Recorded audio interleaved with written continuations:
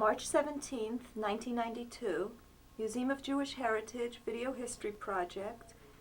This is Toby Bloom-Dopkin. I'm interviewing Frederick Terna. This is the second interview session that we're having. During the first, we spoke about your early life, and also we viewed together a film made in Terezin. I'd like to ask you now to please introduce yourself again and bring the story further from Terezin.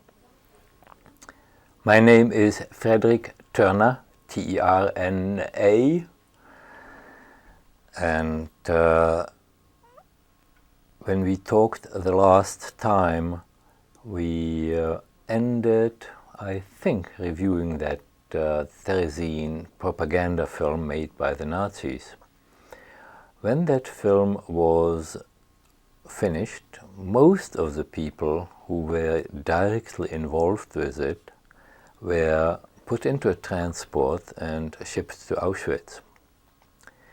Now I'm skipping a little time and come to the fall of 1944. At that time, a large number of people were sent to Auschwitz. These were in excess of 10,000, 10 different transports, if I know right.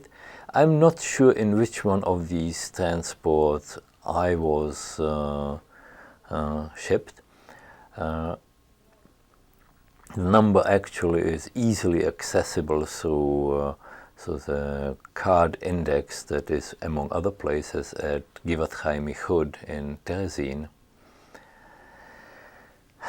That transport had, I think, mostly men, young men and older ones, but by and large people, I would say between 20 and 50. I don't remember the exact number, the exact range. In my wagon, in a railway car, were mostly men somewhat older than I. And it was a long ride. We were not sure, of course, where we were going. Being all men, we speculated and we thought that we'd probably be shipped somewhere near the eastern frontier to dig ditches, to build fortifications. We went first north, then east. Now that much we knew, that we had gone through the gap of the Elbe River in northern Bohemia, that we were probably outside or close to Dresden, and that the train then turned east. What was the nature or the physical nature of this train, as far as you remember? That train was actually a fairly good one. It had benches in it. Now, one thing happened in that train ride. The SS regularly marched through, usually 3-4 men. At one point, suddenly they burst into the car and yelled, "Who threw out that paper?" We didn't know what had happened. So the guy had a guard on each end of the car and said, "Unless I find out who it was, the entire car is going to be shot." One of the guys, we were all Czech speaking, sort of talking to each other. Well, big deal, so, threw out the piece. Actually, it was a piece of scrap paper. Man said, "Yes, I did it." Whereupon the SS man in front of him pulled out a pistol and shot him right there and then, which did not exactly raise the atmosphere in the car. And on the other hand, today I know that if he had not found out who it was just shot the entire car. I knew the guy, he had a wife, he had children, and sort of was quite depressing the rest of the trip. How long a trip was it? Trip lasted about 2-3 days. I'm not quite sure. One of the difficulties was that there was some water put into every car, but that was inaccessible because that part of the car was locked off. So we traveled without water. However, most of us had still that little bit of luggage that we were allowed to take from Terezin to Auschwitz. So people had food in their pockets or with them, and what little food there was. So it was not that terrible. Thirst was bad. You can go without food for a few days, but you cannot go without water. Also no toilet facilities. And so after a while the car was in bad shape. And yes, we sort of moved away from a corner and used that corner as a toilet, but no matter what you do, it was pretty bad. We arrived at Auschwitz early in the morning, and dusk was breaking. We suddenly found ourselves on what we know today to be the ramp, and outside it was quite cold. It was late September, early October. It was pretty cold out there, and inmates in the striped pajamas with the typical hats, against striped hats. Raus, a lot of SS around, leave your luggage where it was, everybody out. And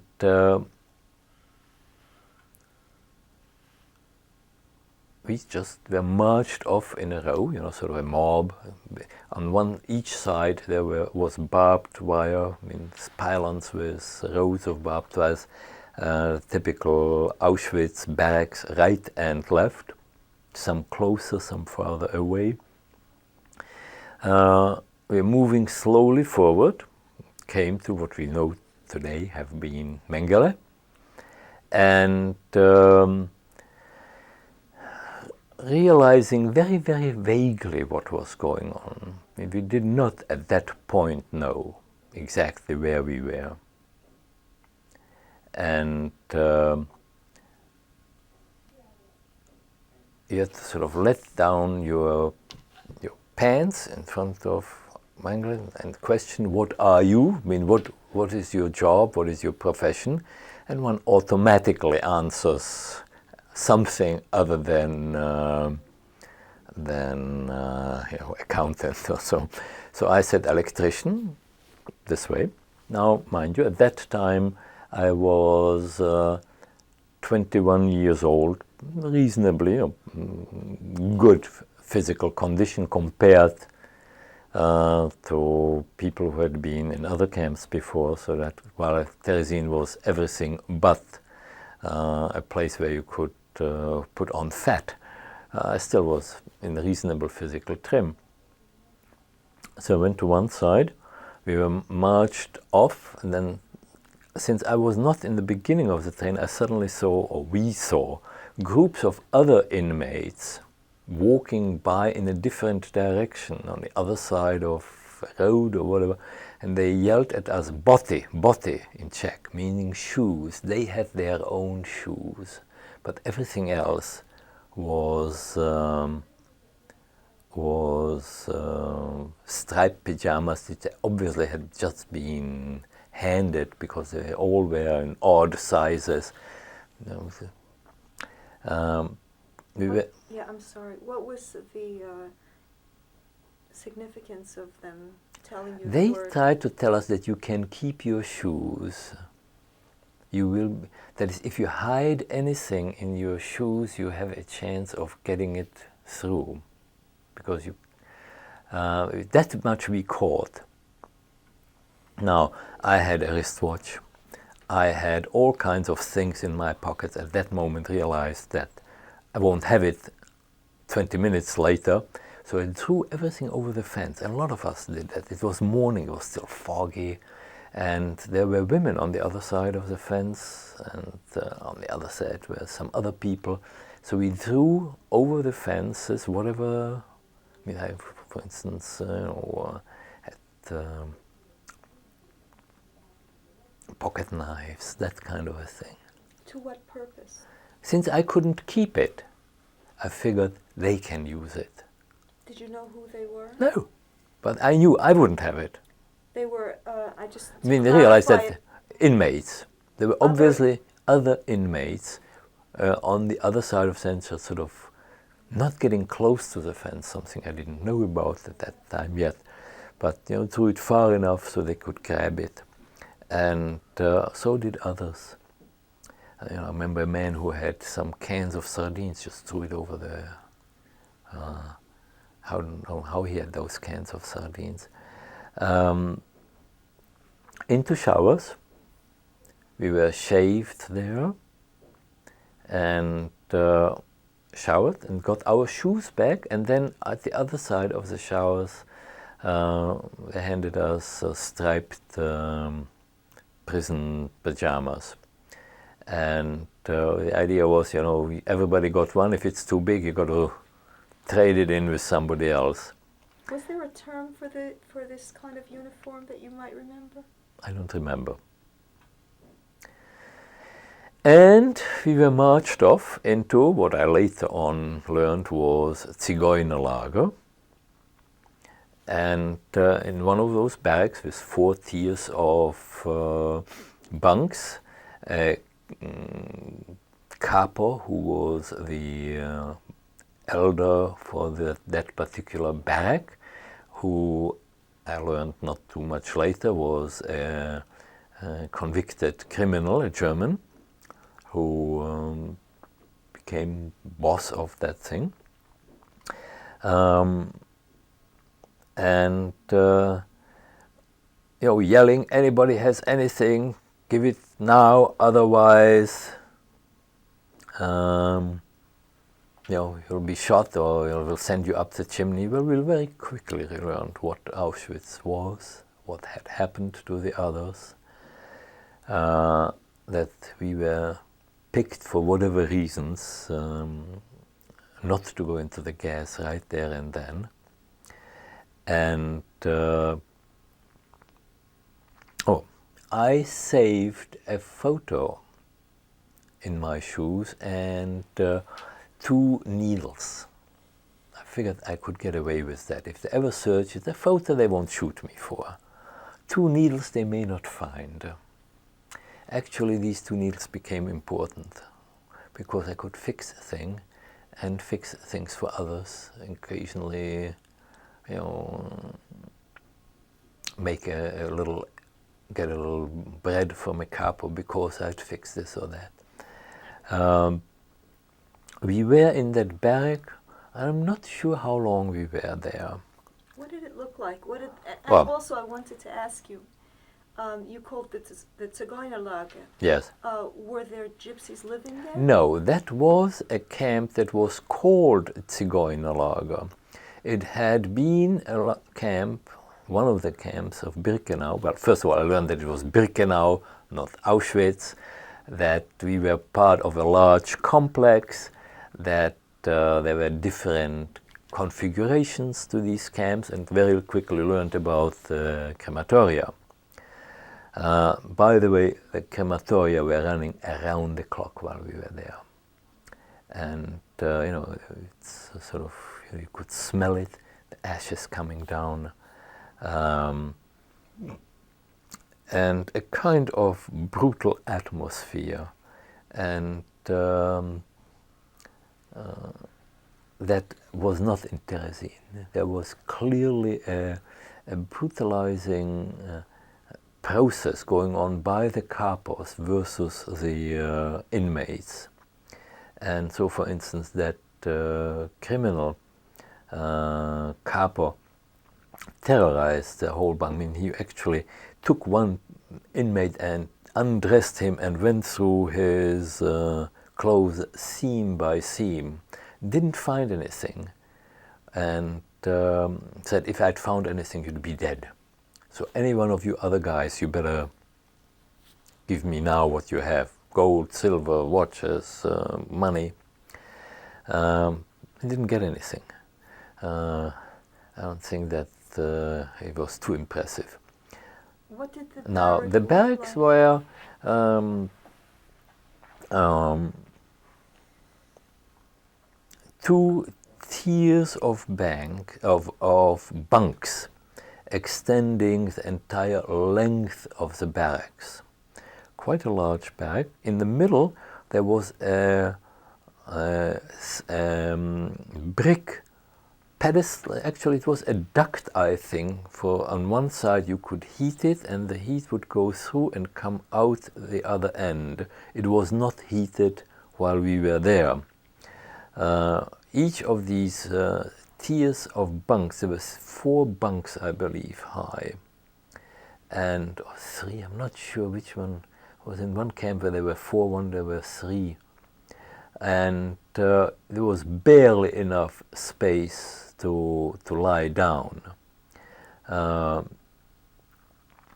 Nothing was done with us. We were actually kept in those barracks. Every now and then everybody chased out. Then everybody chased in. It was a kind of a weird, why all of that? Well, food was served outside. Comparatively more food than we were used in Terezin. They were essentially boiled small rotten potatoes. And there were no plates, so they just put them into your cap. And now the difficulty was that you could not go out at night to a bathroom. There were latrines, but at the end of the barracks there were big barrels or drums which one could use to urinate. And they were overflowing very, very quickly because there were thousands of people per barrack. So it was a very, very difficult thing. I don't know who removed these barrels afterwards or how they were removed. I don't remember. We stayed there for a few weeks, not too long. Were you with anyone you knew? I knew that these were people from Terezin. We recognized these as by language. They were all Czech-speaking. So I didn't know too many people personally, a handful. Eventually, out of that camp, people were selected. Now there were some people in that camp who had been there for a longer time. They were very, very much afraid that in the selection to be shipped out, they would go into the gas because they were rather weak, thin. Now we were in relatively good trim. Then came a selection, and it seemed that the capos were sending out their little boyfriends. Most of these capos had little boys. Were they homosexual? Well, the capos probably were. I mean, after years and years in jails, I assume somewhere, they had little helpers, little boys whom they protected. They sort of arranged to have these boys go into the transport. So we felt this was reasonably safe. Do you have any idea how old these little boys were? They were 14, 12, and one cannot judge age too well, because if they were young children and had been starved, they could have been older and looked physically younger. But they were comparatively well fed, and they were mean little monsters. Were they Jewish children? I assume. I don't know. But because they had the protection of the capos, they could do just about anything they wanted. And we were sort of on guard about what they did. Nothing that I remember as on a personal level that they did, but the message was, stay clear of them, they are dangerous.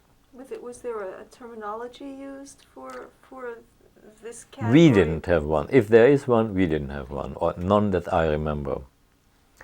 And so I tried, with others, to get into that. We're sort of pushing forward. They said, their selection, and they just chased people into that group.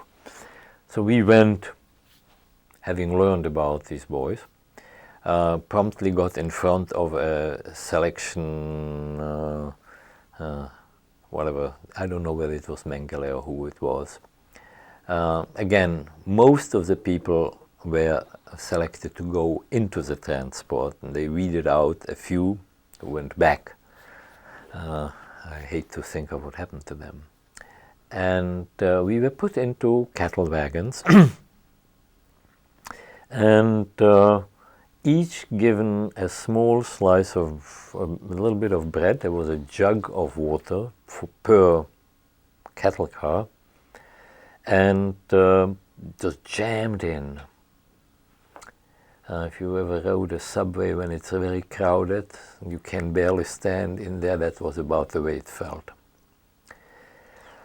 And the trains left. No food was very quickly gone. Water totally insufficient. And we were on the road for about 3-4 days. Very, very bad. It was a bad, bad ride. Again, no toilet. Eventually, we managed somehow to, some would stand, some would sit. A corner would become a toilet. It was a bad ride. And question. Oh, I'm sorry. Yes, sure. I'm sorry. I just for one moment to go back with. You indicated that period when you were at Auschwitz, Birkenau, yeah. Am I correct that you were not given labor to do? We were not doing anything. Did you talk among each other? Do any kind of formal, informal kind of activities? There was yes, rumors constantly. What was going to happen? Why? We tried to get some contact with. Forget important things. This is memory playing tricks.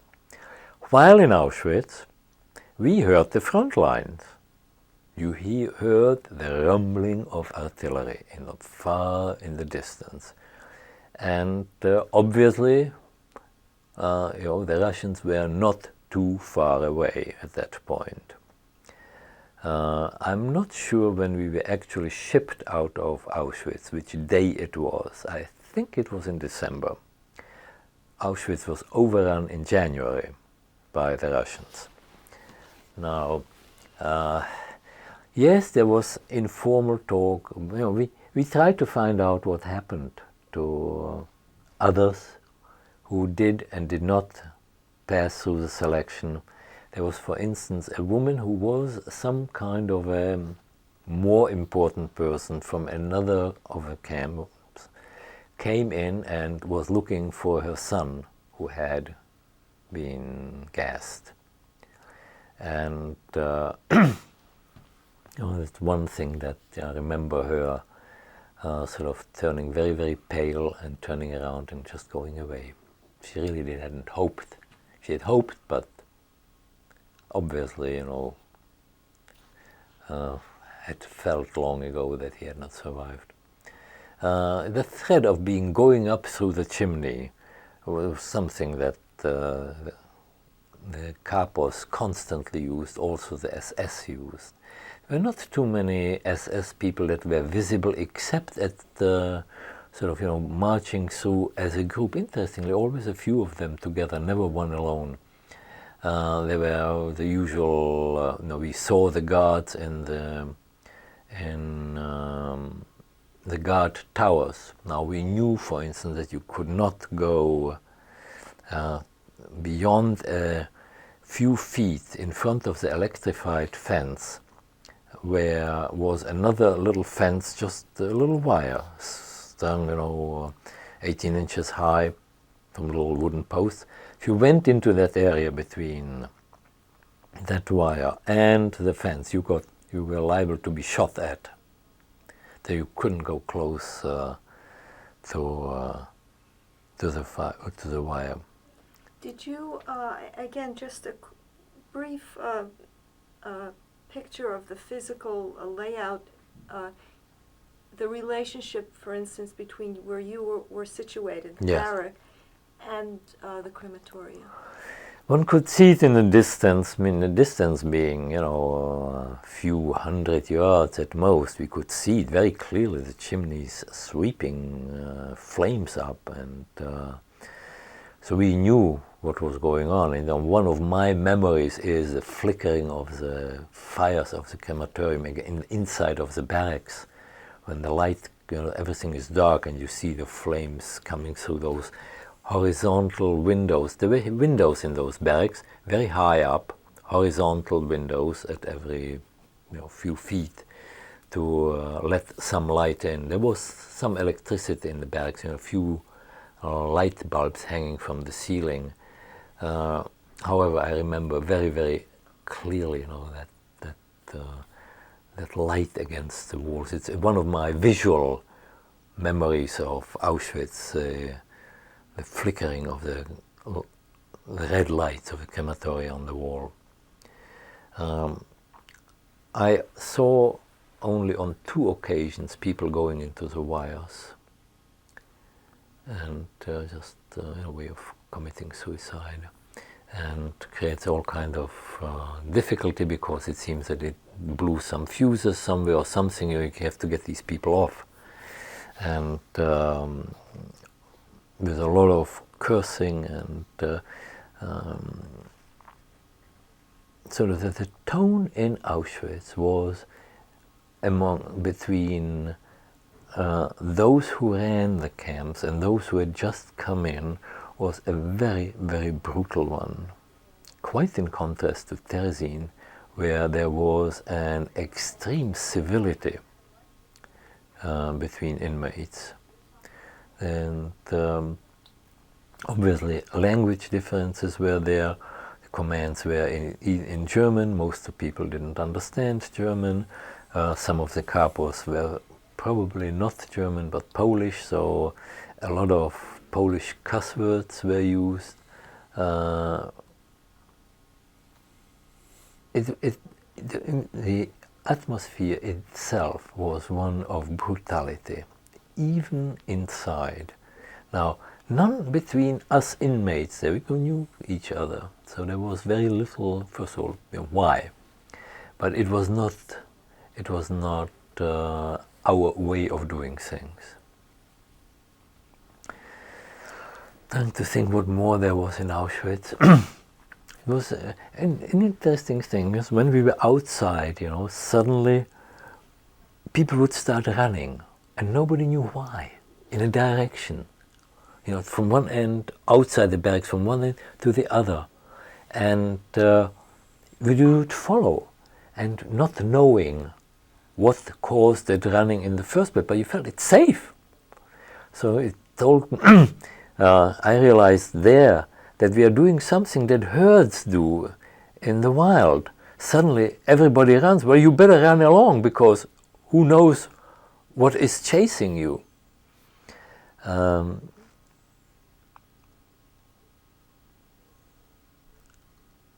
a strange way, you know, I was glad to get out of Auschwitz, though we didn't know what it was that was waiting for us, and things had been getting very bad, and we felt that maybe they'll get better. Now, one thing that we knew, and that sustained us to some degree, was the front. We heard the front line. We knew that the war was coming to an end. And with all the insanity of the Nazi actions, somewhere one had hoped for a shred of self-preservation, that they would not, to the very last moment, be killing people. Yet they did. And in that sense we were not realistic, that we felt that they would be a little bit more circumspect, that they would try to, if not be humane, at least not be so murderous. Trying what else there was about Auschwitz. We tried to figure out where we were, what the configuration was. It's something that I at least had at all times tried to do, that is, figure out where am I, what is the layout of the place, what is adjacent, what is the area that I am in, if anything happens, where do I go, that is, what are my exits, something that stayed with me to this day. If you want an aside, some years ago, a friend of mine went on a cruise somewhere to the Caribbean or one of those places, and had a cabin that was way down, sort of bottom level, 6 doors removed, and you have to walk this set of stairs, then make a few turns and go back until you find his cabin. And then they say, how everybody, all visitors, please leave the ship. And I was with some other friends, and they asked me, how do we get out of here? I said, easy as pie, follow me. And I found my way back exactly the way I had come in. So to this day, when I get into a place, and less so now than before, I know how to get out. Where are my exits? Where are the windows? It's something that stayed with me. All right. Now, as an aside, yes, we were. Well, I don't know what else I could say about Auschwitz. What remained were visual images, colors, dirt, mud, cold wind, the noise of, the yelling of people, occasional shots, occasional machine gun fire, the colors of the barracks, a kind of a dirty greenish gray, some rust red. All this has influenced my painting in some ways, and of course a fire, which has become a theme in paintings. So we went on that long train ride, and we knew where we were going. That is, it's not difficult to figure it out. Where is the sun? Where is the light coming from? We actually were going south through Moravia. At one time, standing on a railway station with a passenger train, sort of on the other side of the tracks. And we were trying to make some contacts, but the people outside obviously saw the SS and did not react at all. So we realized we had a guard practically on every railway car. Now, I don't know where the guards were riding, because these were cattle cars essentially. Now, cattle cars have those little houses, or sort of brake houses, not all of them. So it could be that the guards were riding on those. We went all the way down Moravia and crossed into Austria, and stood on a siding outside Vienna for nearly a day. And I could see the Stephansdom of Vienna. So when I went to Vienna and they asked me, what is your most vivid memory of Vienna, I did not omit telling them standing on a railway siding on the other side of the river, looking and seeing the Stephansdom. They did not like that a bit. Who is it that? Austrians, Viennese. I went to Vienna only once after the war. And I was asked that question only once, but I did not omit. When was this? What year? 1970 something. And what happened? Well, eventually the train turned west, and we were riding pretty much along the Danube for a while, then through the mountains, Alps, for a distance, and we stood somewhere. Now I think it was Mauthausen, near Mauthausen. We saw a camp in the distance, and we just sort of wondered where will we go, but the train continued. we went to a place that we didn't know, everybody out. Now we sort of tumbled out. There were some dead people in the car who had died of thirst. Our first idea was water. But it seems that they had water there. So that was the first thing we did, drink. We were near a camp. We were marched into a camp what I know today have been Kaufering number 4. And now you have to describe where Kaufering is. Yes, well, all this is information that was not available at that moment, came a little, not too much later, but came later, that we were in a sub-camp of number 4 of camps called Kaufering, K-A-U, 2 F's as in France, E-R-I-N-G. Sometimes it's spelled with 1 F, I don't know why. I think it's officially with 2 F's, which is near Landsberg, a town west of Munich. It's in the plain of the Lech River, and that is, a camp was in the plain of the Lech River, as is the town of Landsberg. We were in that camp first we were driven in, no, not driven in, walked in, and counted off to 100 and so many, and marched into quote-unquote barracks. Actually, these were not barracks, but hovels dug into the ground. To describe it, it is as if you were building a roof on the ground without side walls. That is, a pole was, or a support on one end, a support on the other end, a heavy beam across, and then branches or heavy twigs or small trees put against the ground, against the cross beam, that long beam, to form a roof. Then a path was dug out in the center, sort of about 2 feet deep, and that soil was put on the top of that roof.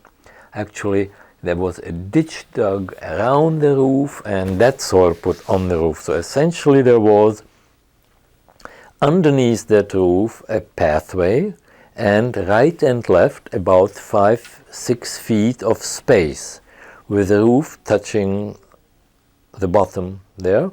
You could just about stand inside of that hut. Some huts were very well furnished. They had wooden floors, that is actually planks on which one could sleep. Some, however, did not. Now that worked excellently as long as it was frozen solid. And it was winter when we got there, snow on the ground. And the roof, having been frozen solid, there was snow on top that had frozen, and so was the inside. However, if one laid down there and there were no planks, body worms would melt the ground, so you would actually sleep in mud. We were issued a blanket. We were also issued a spoon and a metal container, a tin can, about the size of a liter can. What is a liter? 30 liquid ounces, something like that. A can about 4 inches, a little bit larger than a standard coffee can. Some people got a bowl. Now, we also were issued a blanket, each of us. However, we were not holding on to that blanket. That blanket was left in the barrack. And there was a latrine in the center of the camp. The camp was surrounded by double row of barbed wire, which was electrified. There were guard towers.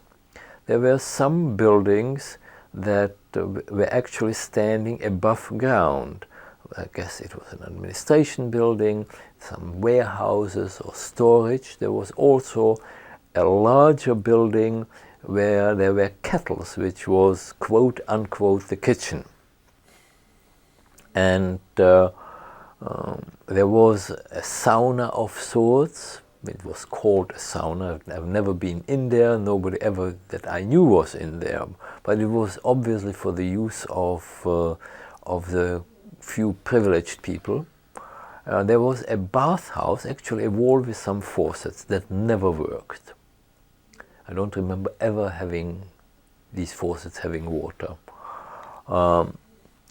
There also was, or adjacent to the sauna was a building that was used to delouse clothing. Actually, it was some kind of a hot air something or other. I'm not sure how that worked, but I know that when you got clothing out of there, it was hot. We were in that camp for a while, about a week or two, just being there, probably in order to put us back into shape. And then assigned to commandos, that was a German term for it, and there were just two of them, Holzmann and Moll. Moll and Holzmann were big construction outfits, building underground factories, as we found out later, aircraft factories by and large, in that area. We were marched 5 abreast out. The camp routine was up very, very early in the morning. I would say about 5 o'clock. You got quote unquote coffee, which was black water, probably chicory water, and very important because water was always in short supply. So it was an important ingredient in our staying alive. We were counted endlessly, I mean, again and again, and sort of 20 rows of 5 each. The idea was so and so many march out, the same number have to be coming in again, dead or alive. By the way, 20 rows of 5 each, and how did this correspond to the amount of people in the barracks? Barrack, and how many, if you happen to remember about In how the many barracks there were? About 50, 60 barracks maybe. I think that the entire camp had somewhere between 4,000 and 5,000 people at any given time. And what was the density within the barrack?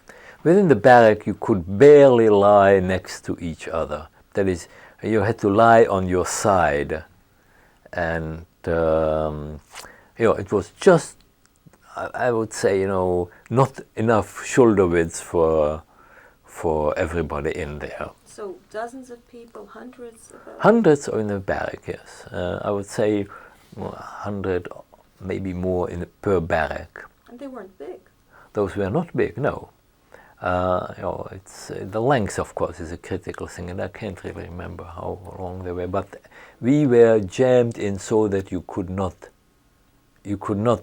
comfortably sleep or turn around. Actually, you turned around as a group. Usually, everybody turned, and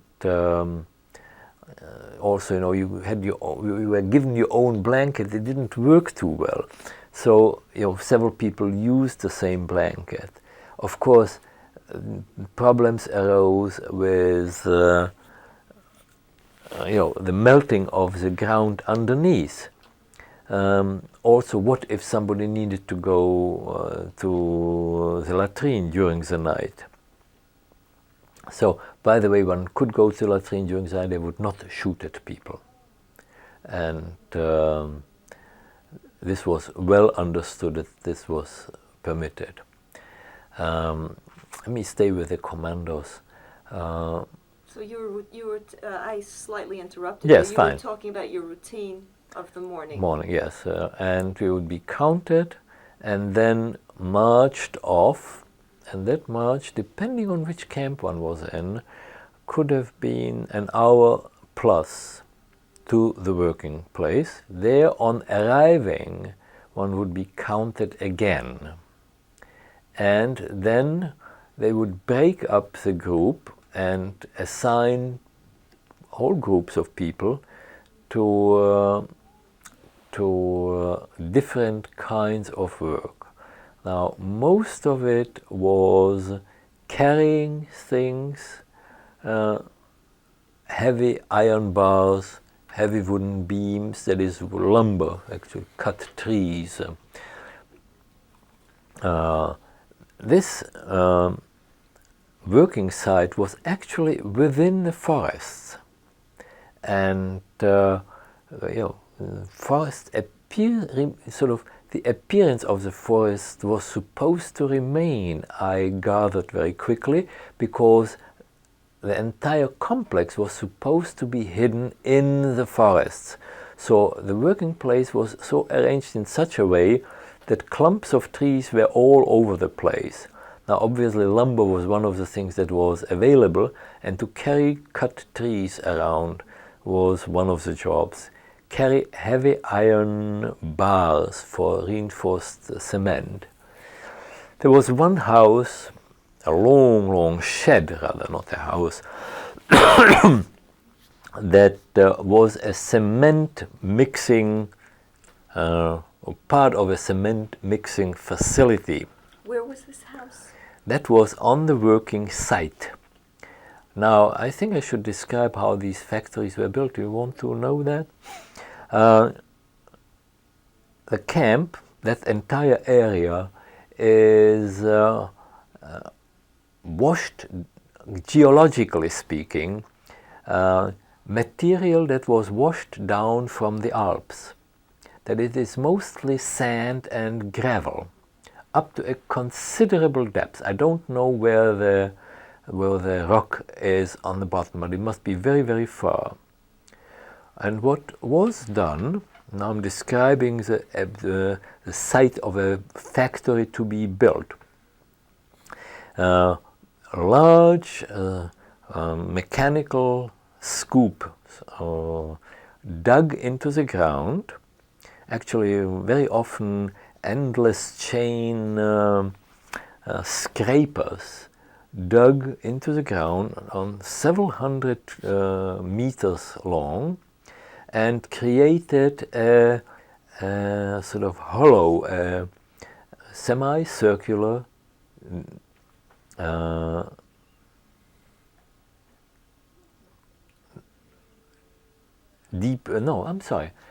semicircular deep hollow. Now, two of these trenches would be dug many meters apart, and they would pile up the material that was dug on one side. It was as if you had the size of a sausage on one end, very deep, maybe 15-20 meters deep. Then the material would be piled up in the middle, and if you had two such trenches with both materials towards each other, you would wind up with a sinus-shaped surface that is horizontal, then a deep dip, and up over the top and down again, and so you would have a long shape made of sand. That sand was used to become a mold. On that, a thin layer of cement was cast, thin being about a foot thick, very carefully. And to create a shape supported by that mountain of sand. And then on top of that, eventually heavy cement would be poured, so that in those hollows that had been dug on the side, the cement would be anchored and be several meters thick in places. I mean, meter is a little bit more than a yard, so I would say in places was 10 meters thick, and went up to the top. And then that material that was inside of that sausage, that long sausage, was dug out by little trains little narrow gauge rails, and poured up on top of these heavy cement structures, so that you would have a huge hangar-like shape with many floors. Once it was hollowed out, with sand on top, and then eventually, and I've seen some that were supposedly finished, planted with young trees. So all that you would see is a little sort of rolling hill somewhere in the middle of other rolling hills, most of them natural rolling hills. So it was a rather clever way of building large underground structures, eventually designed to be factories. And I've seen in there trains disappear into the ground, a whole train just going it at a reasonable clip. So there were structures that had been completed when we got there. Now our job was being slave labor building these things. What was the name of your commander? Mine was Moll. For a long time, every now and then you'd be assigned to Holzmann. By the way, I understand that both of them are still in existence as big and profitable outfits. Particularly Holzmann, I understand, is still there. Do you know what they produce? Construction, probably for Iraq, building atomic things. I wouldn't be surprised at all. All I know is that they're still in existence as construction outfits. One of the things that I remember is working in a cement mixing shed. Cement did not come in bags. It came loose in railway cars, in freight cars. And we would have sort of rolling two-wheel carts that would be loaded. And it was freely, cement was put about 2 feet or so into that car. Cement gets quite heavy if you put it into cars flatly. And carted from there to that building. And in the center of the building was a grating, and under the grating an Archimedal screw. You know what that is? It's actually a screw, a solid screw, that moves the cement towards the mixers. Now all that was done in clouds of cement, and you were sort of caked with stuff. And I'm quite sure that it was not too healthy. Eventually that cement was mixed, and there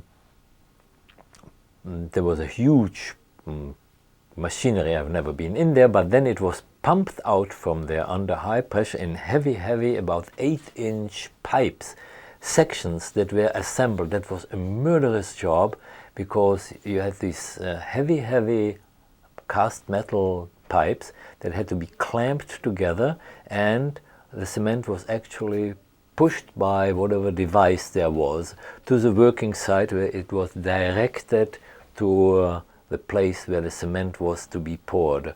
It was a highly dangerous job. It was done on scaffolding. It was very hard and difficult labor to move these cement pipes. Did you also do this? I did that at times. Now,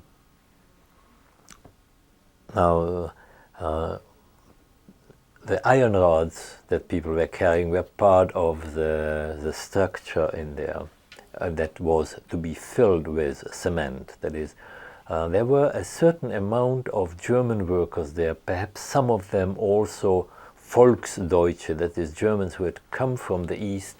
It seems to me that they were not considered to be terribly reliable as army personnel, so they were assigned to be laborers and also some sort of supervisory guards.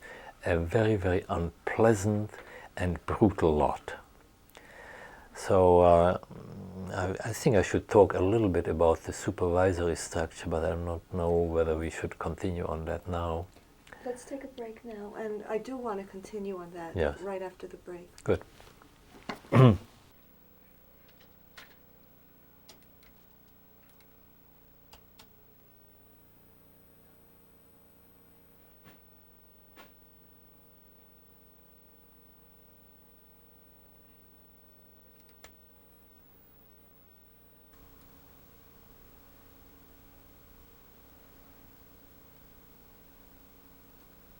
Speed and cutting mic.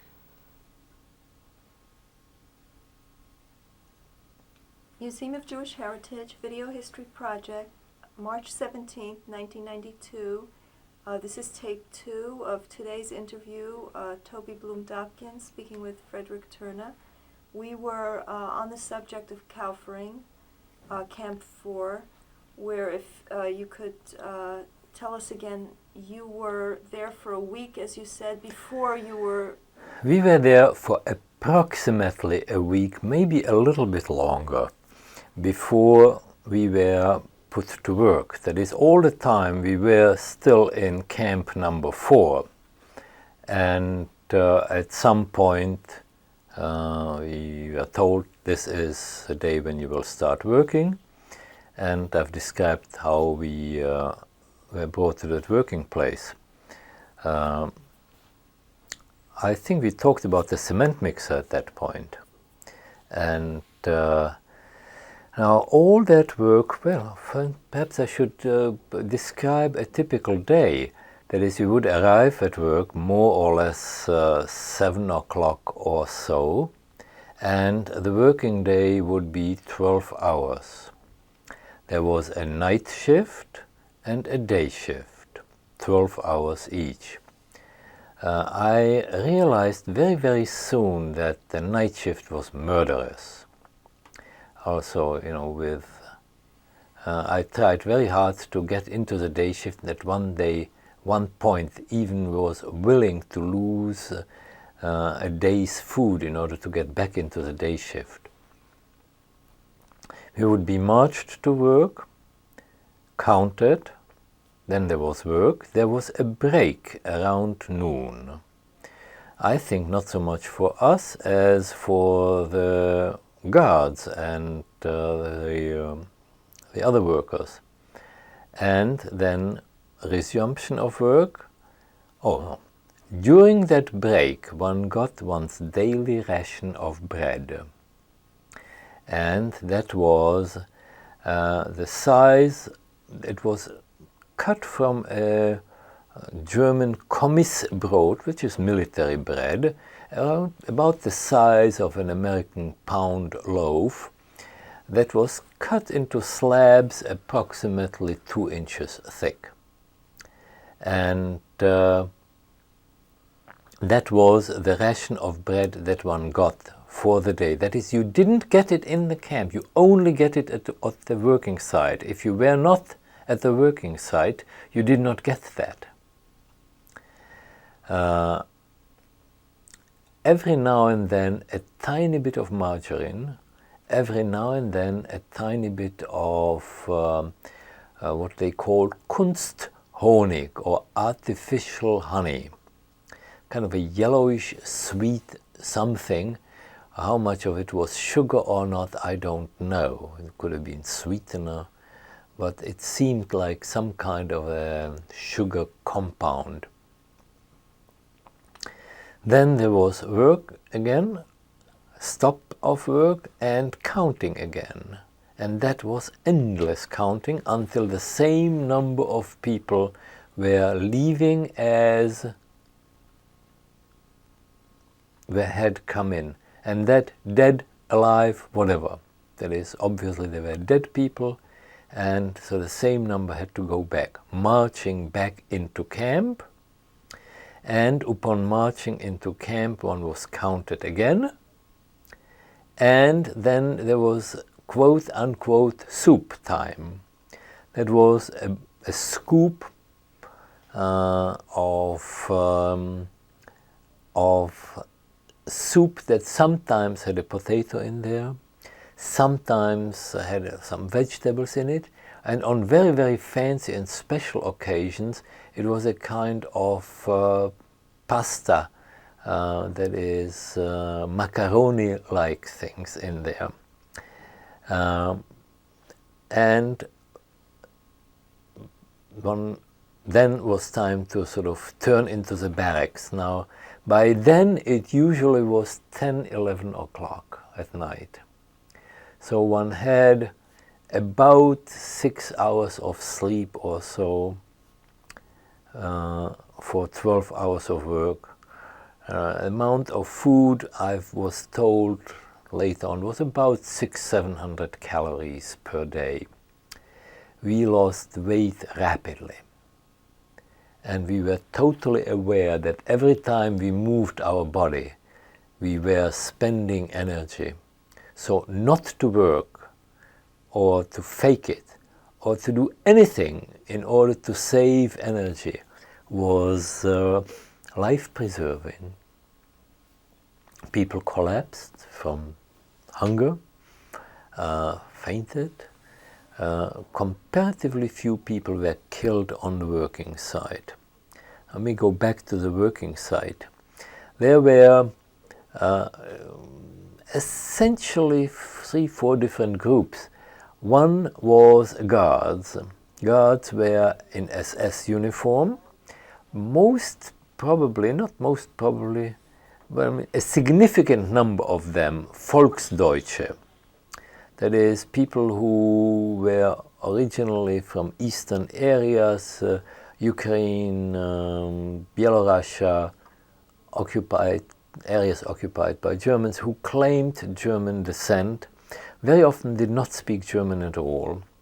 I would say were considered unreliable by the Germans, but good enough to be guards over Jews, which to a Ukrainian probably came naturally.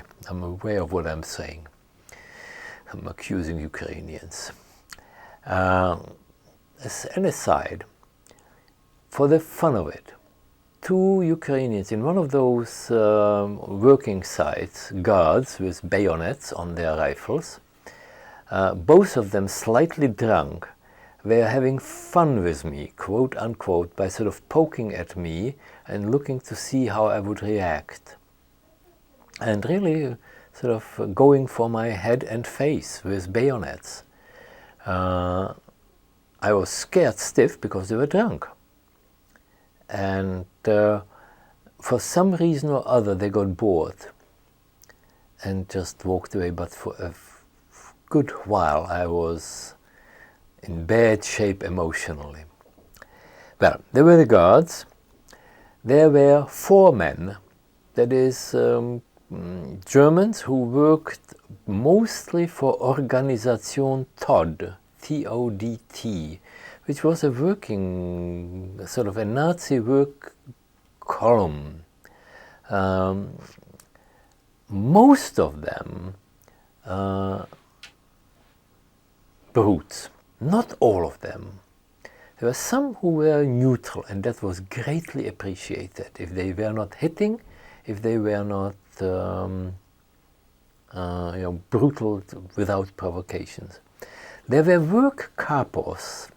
I don't know their exact status, but they were clearly in charge of the laborers, and an unwholesome bunch, dangerous. There were also local working people there. Just one second, the work capos, just to clarify, who were they? Jews? They were, well, some were Jews, some were not Jews. And in my case, most of the capos were either Polish or Hungarians. There were no Czech capos that I ever heard of or knew about. They had been in this camp for some time. Now, it seems that there was a Hungarian transport into the Kaufering camps comparatively early in '44, who had built some of the camps. They were in good physical condition. which was detrimental to them at one point. We'll talk about epidemics in a while.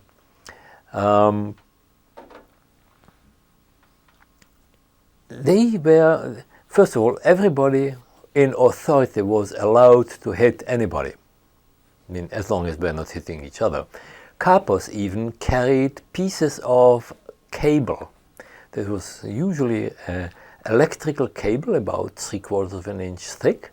If you got hit with one of those things, it hurt.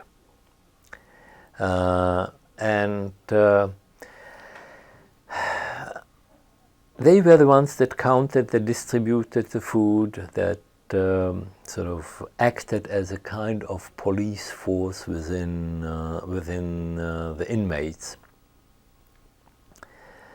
The organization taught people were 50-50. You had to be on guard with them. Of course, the SS guards were dangerous at all times. Then there were SS officers of sorts, and they appeared out of nowhere. I don't know where they lived, what their exact function was. They were obviously Germans of some military or SS rank. What their ranks were, I don't remember. But they lorded it over everybody, including the guards. And I have a feeling that the guards were as scared of them as we were scared of the guards. It probably didn't take much for a guard to be assigned to become a prisoner. Now, on the work site, it was winter. You mentioned, I cut you off. Yes, before. please. You mentioned the local workers.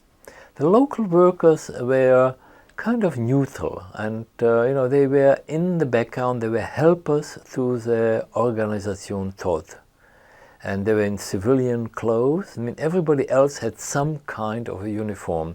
The SS, obviously, their uniforms, capos and inmates in their striped uniforms. The Organisation Tod in a kind of a yellowish khaki colored uniform. And the local people had an armband and worked closely with the Organisation Tod people. Now, yes, I don't know where they came from, but they were clearly Bavarian-speaking people. And the Organisation Tod people spoke all sorts of German dialects. So they may have come from different parts of Germany. The local people you could tell by the dialect.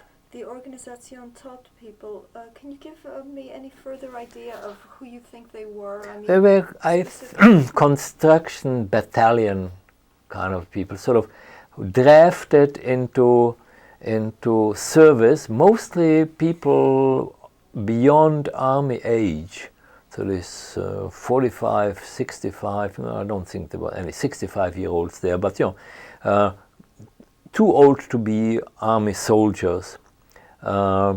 Semi-skilled, supervisory, carpenters. They were the ones that put, for instance, the scaffolding for the casting of the cement. There was a certain amount of technical people among them. There is a certain amount of surveying, measuring, and so on that has to go on. Now, those were obviously more qualified people, but still in those uniforms. In addition to the fact that, as you pointed out, you had a great many people who were allowed to hit you, supervise you, and so forth, was there any instance or memory of, not camaraderie, but, yes. but conversation of any kind of any kind of working relationship between yes, prisoner there and was, others? Yes, well, see, we were assigned to work, and I think deliberately moved around so that no contacts would be established, and we were aware of that. Now, by then I was a veteran. When I had been in camps for 3 years, and I knew what sort of you go by feel rather than by knowledge, and such things as talking to establishing a personal relationship, for instance with an organization Toddman. I spoke German then fluently, and I would start out with Guten Morgen, and he'd sort of look at me, and I'd say something like, hey, you sound like you're from the Rhineland, all that in German. He says, what do you mean? I said, well, I hear a little word here and there. He says, no, it's Westphalia, so big deal, you know, it's next door. You'd start sounding them out, and mostly in order to get news from them, find out what's going on. Well, it was nearly impossible to get food out of them, because they themselves were on short rations. You know, it was end of the war, clearly Germany about to collapse totally. They were on guard too, because they too obviously were afraid of the SS. And so it had to be done with a lot of care and circumspection.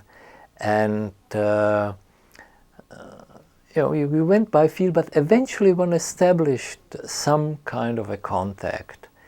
And we used to ask about the family or something like that. Be very, very careful about it.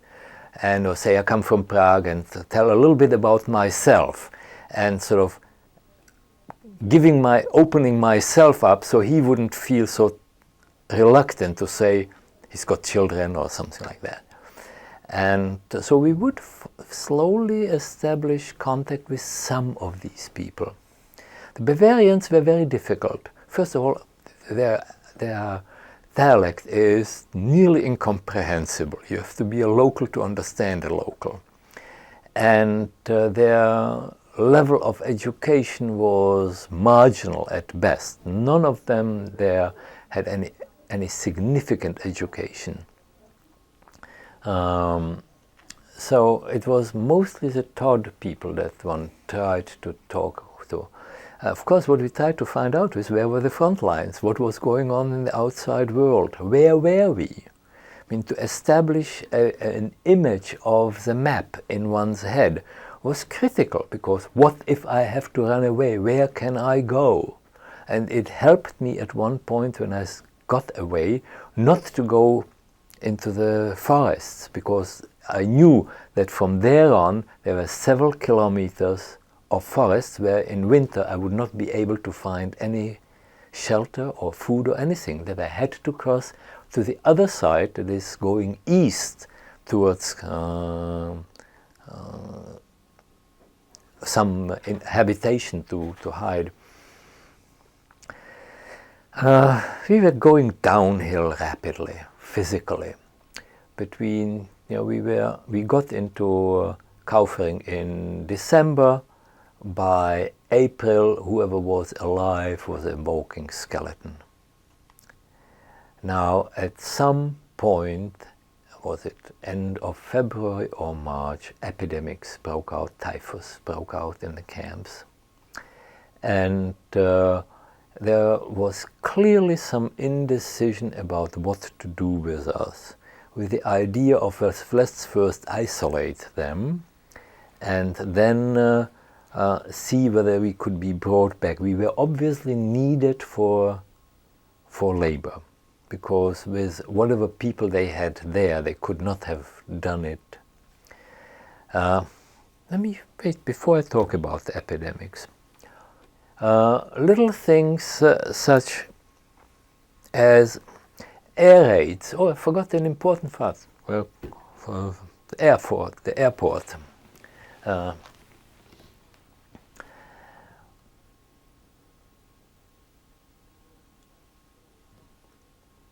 Airport, what did I want to talk about? The airport, let me talk about that because it really is kind of an segment in between. Nearby at the Kloster Lechfeld was a huge Air Force base, and Germans were using that airfield to develop or fly turbine planes, early jets, I mean sort of precursors of jets. and there was a long, long runway that I don't know how many kilometers it went, where they would run these planes and they would eventually take off. And I saw 1 or 2 flameouts. One of them, the plane just crashed. The other one, I don't know what happened. It came to a halt and eventually exploded. Whether the pilot got out or not, I don't know. These were dangerous new planes. And since the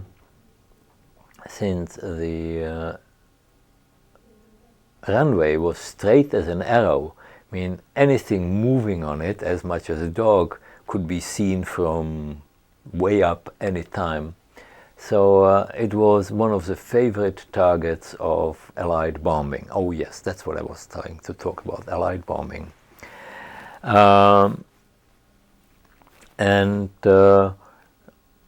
at one point, a group of us were sort of kept separately in the camp to work at to dig ditches, shrapnel ditches at the airport. Actually, nothing more than zigzag ditches, about shoulder deep, enough to hide a person. So if there was an attack, if you jump into one of those ditches, the likelihood of a direct hit being comparatively small,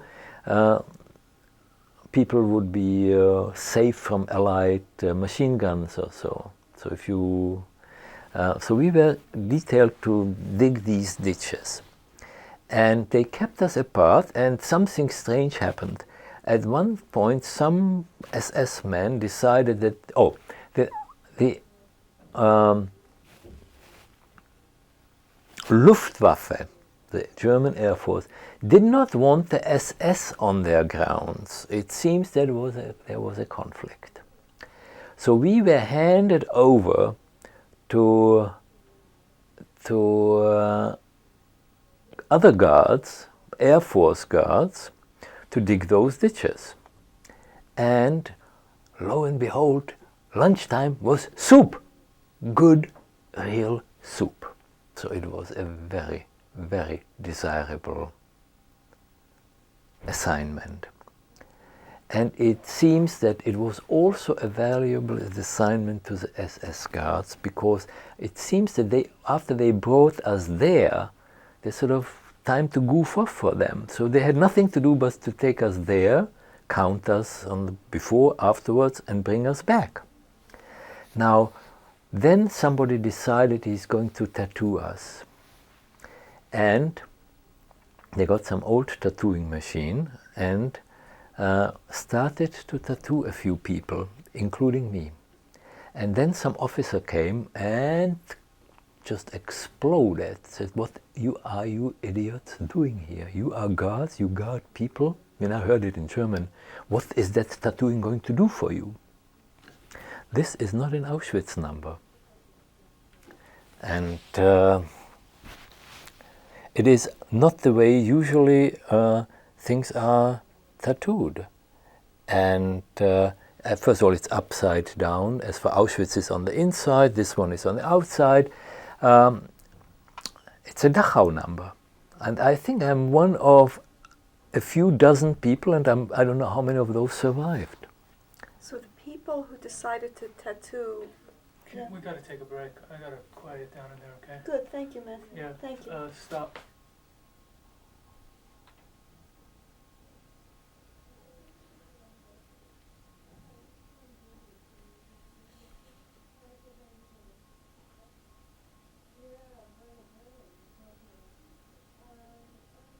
Okay. Let me just...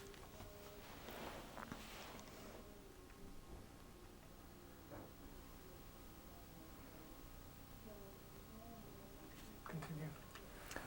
I was asking, or was going to ask, about the specific situation of the tattooing. Where, when... Well, it happened inside number 4, camp number 4. Some kind of a shed. A bunch of SS came and sort of lined us up, and you put your arm down on kind of a board. The guy was standing in front of you. Actually, we had to write it down, each our numbers. He copied it exactly. I mean, the way I write things, he copied my handwriting, and after a very, very short time, some big cheese officer came in, started asking what was going on, got an explanation, and went wild in front of everybody and stopped the whole thing. So I don't know how many people got tattooed. Now, when you said you wrote down your number, when was this number given to you? That number was given to me when we arrived in Kaufering 4. We were registered.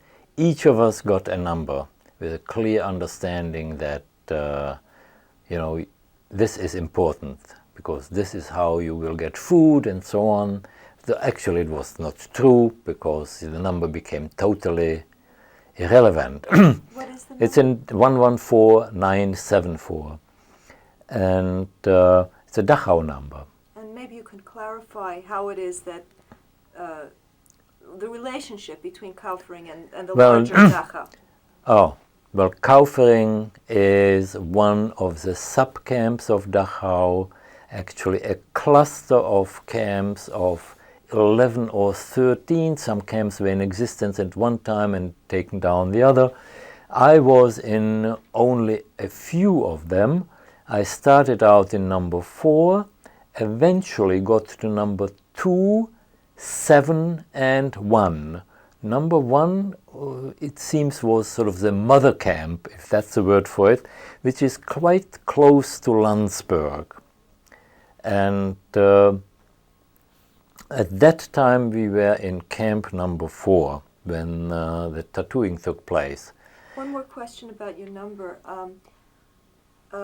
It also relates to what you were wearing. Were you wearing inmates' uniforms? We were wearing at that time, some of us, inmates' uniforms. From Auschwitz still? From Auschwitz still.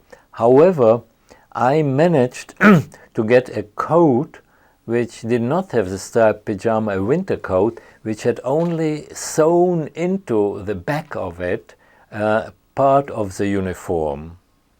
So there was sort of a rectangle about 6 inches by 8 inches that was sewn in the back, actually cut out and sewn in. And I managed to get that by some devious way, because my coat that I had gotten in Auschwitz was so thin that I was afraid I'd freeze to death. So I was making quite sure that I had the right connection, then tore that coat and said, my coat is torn, could I please have another one? And then got a warmer one. Was your number displayed anywhere? It was written down in ink on it, on a thing. But again, that number was given to me while registering, and it was a capo that entered it, a Jewish capo. I don't know where he got these numbers from. So I've never dug into the whole story about, is that number actually the one that is registered in Dachau? Does such a register exist? I don't know. And frankly, I don't care. Now, yes, the airport. Where we worked there, it was a very, very good job because of the soup, and because nobody got beaten or pushed or, work harder and schnell. So we worked at a reasonable pace. The guards knew that we were weak. They did not push us too hard. For the guards too, the Air Force guards, it was an easy job. All they had to do was be there. There was a break, lunchtime, when the soup was given out, and then something happened once. A bunch of us, all still from Terezin, Czech-speaking people, sitting, it was February or so, the sun was out, so you tried to get warm. There was a little hut, sort of a workman's hut, and we were sort of leaning against it, and playing what we called concrete abstract, which is a fast and sophisticated version of 20 questions. And it goes to such things that you'd go for such strange things as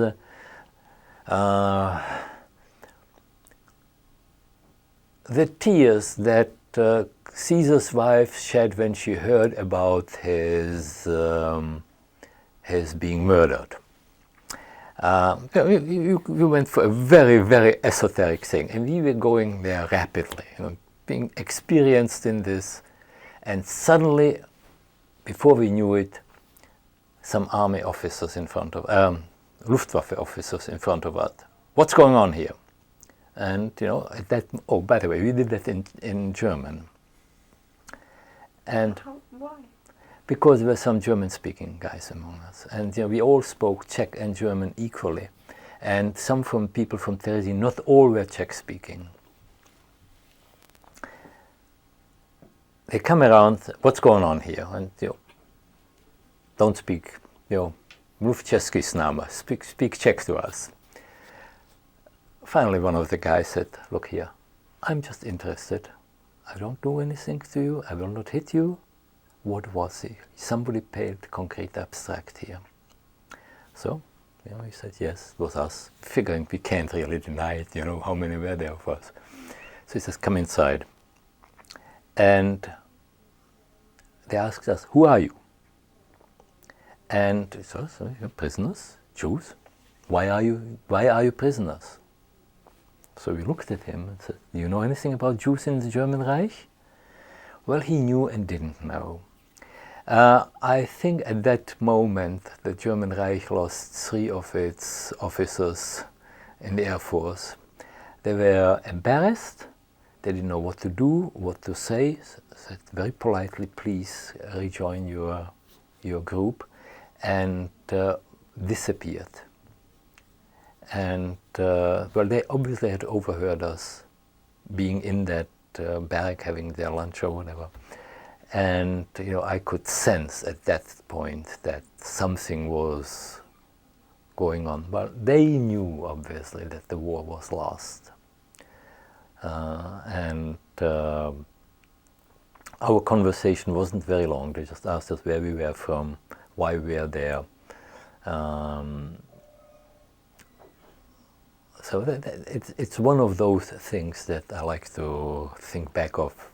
Should have happened much earlier during the war. Eventually those ditches were dug and we were back at the camp, being back at Holzmann and Moll. Air raids, a constant occurrence. Now the lights obviously went off immediately. What remained were the guards, they remained on station. However, all the Germans went into some kind of makeshift shelters. We did not.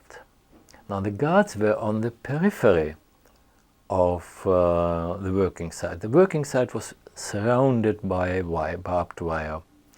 A fence really, not a terribly efficient fence. I think one could have gotten out. The question was, if you got out of one fence, did you get into another one?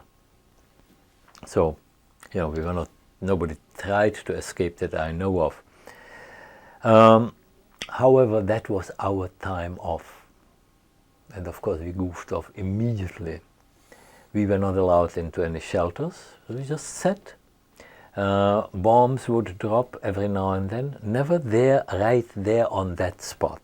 You sat in the barrack or outside? No, on the working site at Holzmann and Moll, on the working site. Air raids were going on all the time, and we could tell by and large from the direction in which the planes were going, where they were going for Munich or somewhere else. Now mind you, by then the Allied armies were inside Germany already. So overflights, no problem at all. German aircraft, hardly any at all, except for those turbine planes that were nearby. If there was any Air Force activity, it was not there.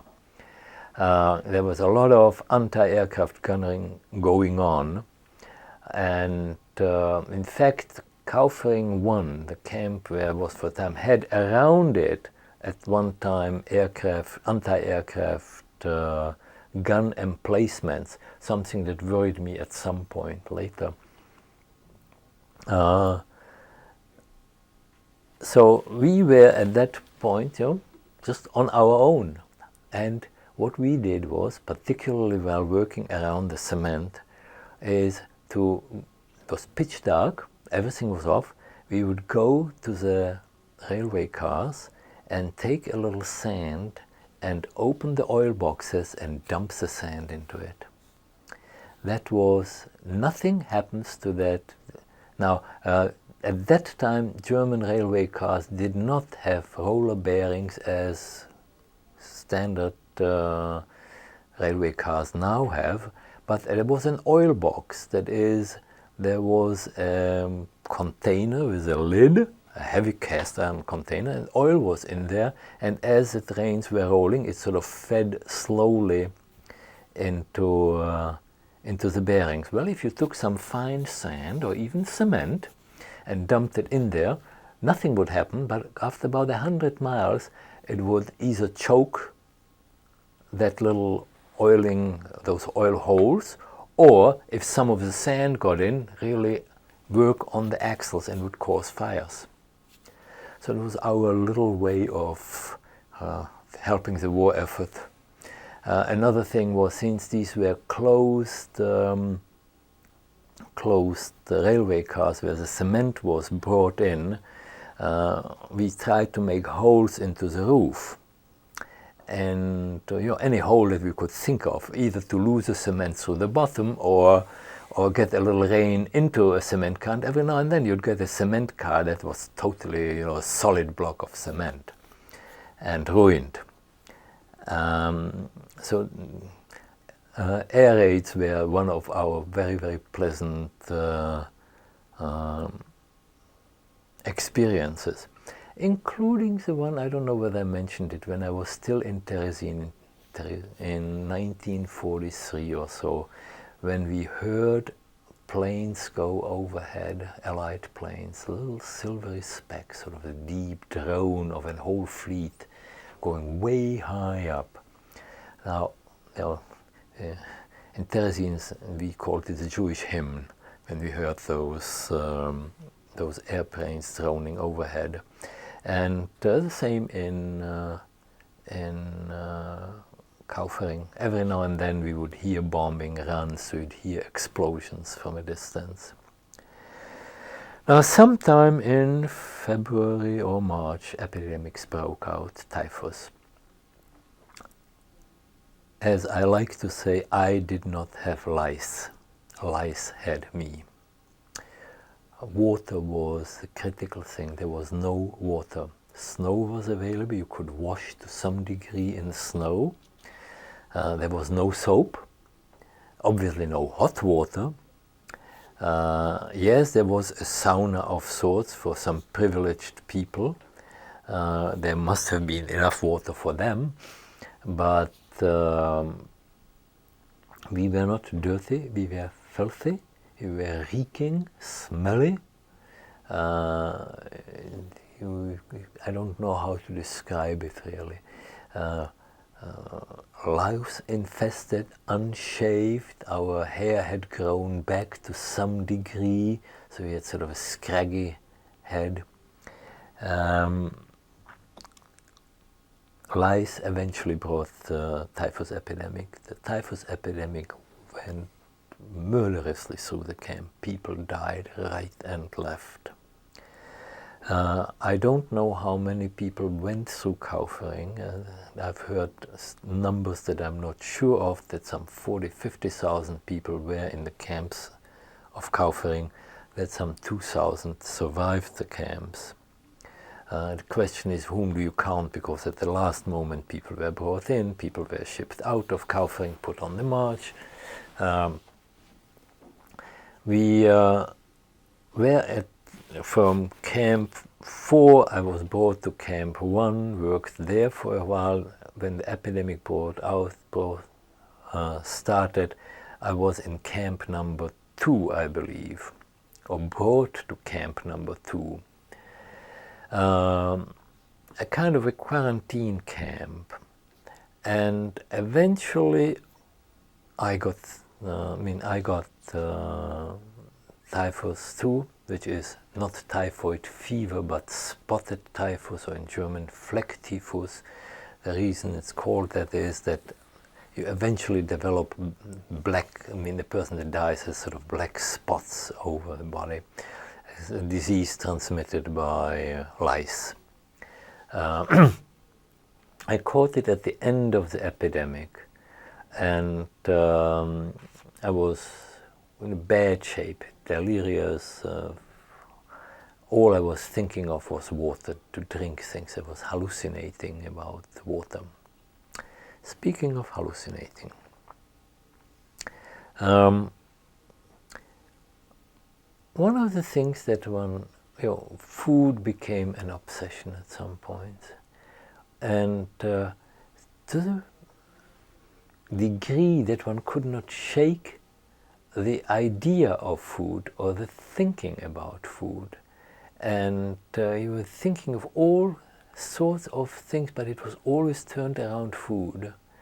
To the point where when I today have to think about what to cook or not to cook, or if somebody fusses about food, I get very uncomfortable. This sort of reminds me of that time when food became pathological, when you just couldn't shake the idea of what different dishes were, meals were, recipes, so what goes into what. A very, very difficult thing. Well, that's an aside. Eventually, the epidemic people stopped dying in large quantities. While in that camp, no SS came close, no outside guards came close. It was strictly a camp unto itself, as far as I know. They obviously were afraid of contagion. Sometime, I believe it was in March,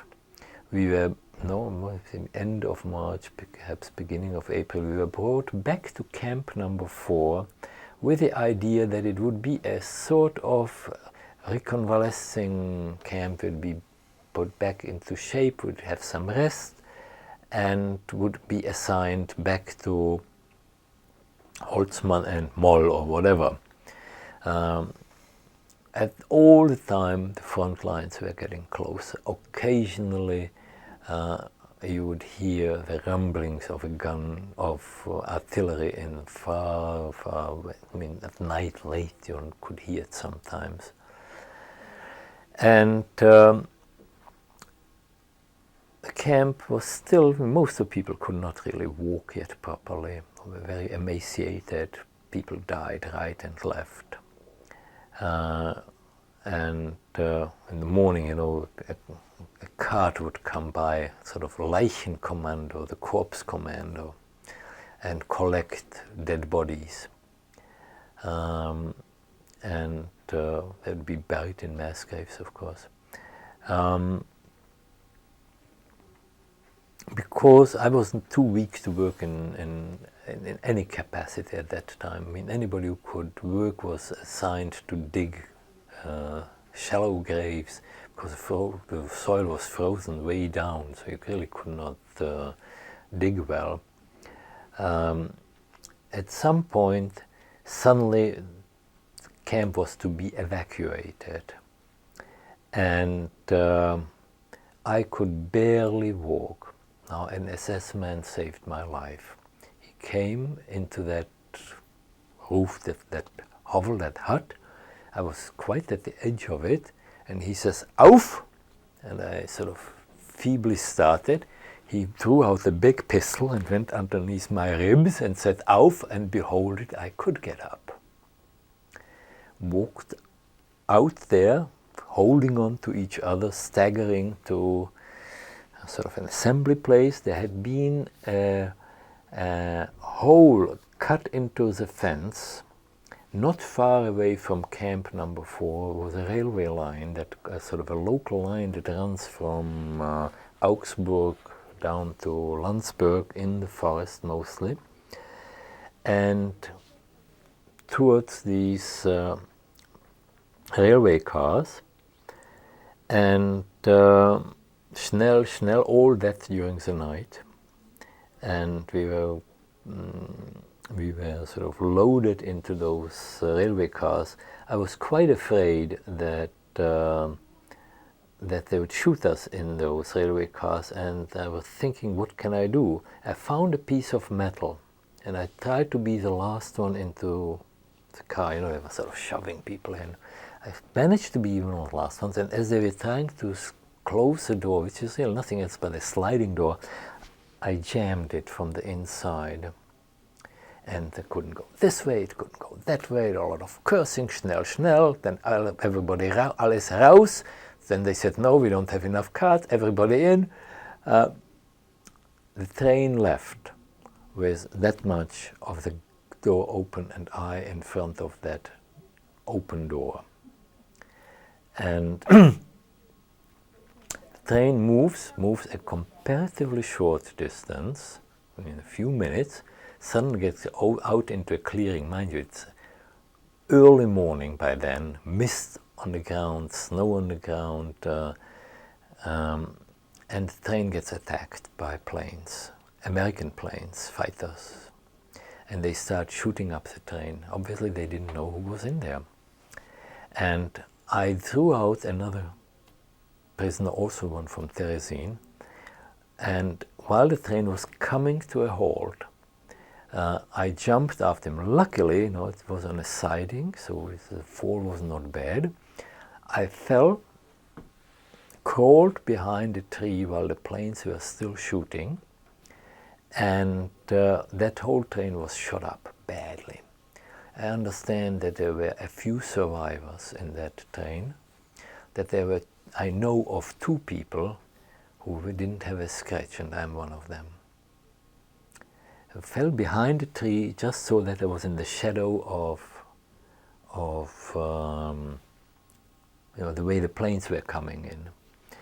And my friend, the other guy that I threw out, his coat was slit down by a part of a bullet, with me nothing. And now I needed him to get up. I couldn't get up, and then geography. I knew that if I went west, that there'd be forest for a good distance, several kilometers, and I didn't know where to go, and I said, snow on the ground, I'd be lost. However, if I went the other way, I'd have to get close to the highway that went from Augsburg down to Landsberg, which is in the middle of the Lechfeld, that is a river floodplain. And we thought that if we would get ourselves to Kaufering, that we would find a barn, some place to hide. Now we heard the front line at that. We knew that, you know, war was close to an end. And so we decided to cross that open space, and were promptly caught by Landsturm. That was at the last moment. The Germans armed every male from age 15 to 65. Was a bunch of teenagers with rifles and some kind of a army-like uniform, an old man in charge of them. And there we were, 2 louse-infested, shuffling. They didn't know what to do with us. They had a cart where they had their things on them that they were pulling. They wanted us to pull the cart. Obviously we were in no shape. So they wanted to shoot us. They were discussing, should we shoot them now? They obviously escaped people.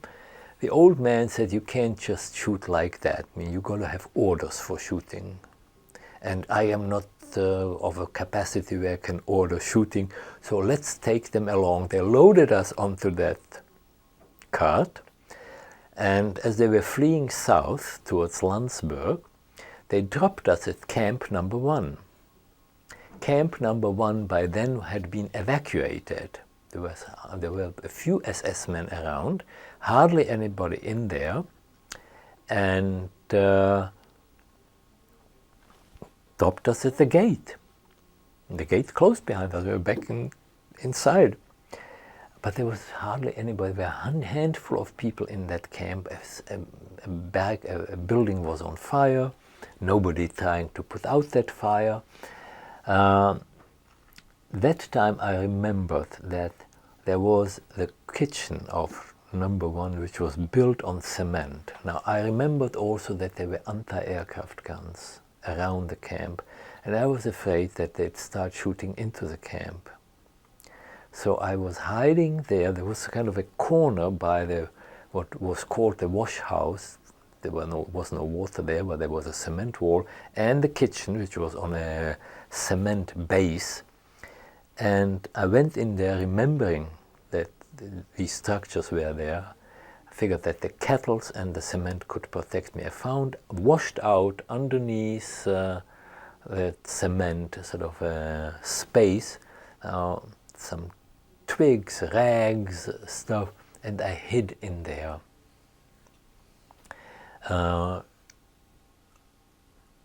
was water on the ground, so I wasn't afraid of that. I realized that finding food in there was pretty much hopeless. I don't know how long I was in that hole. At one point I heard noises. I looked out and saw people in what I thought were Italian helmets, and I was sort of puzzled. Where do Italians get there? And then somebody walked by near me, and I heard this was not Italian, and I realized they were speaking English. I'd never seen an American soldier before. So they had these big army steel helmets that reminded me of Italian helmets, because I knew the German helmet shape, but I'd never seen an American one. I sort of worked my way out of there, and that is where I was liberated. April 27th, 1945. We can stop now. We can take a break. This is an appropriate Good. moment, and we'll continue. Good.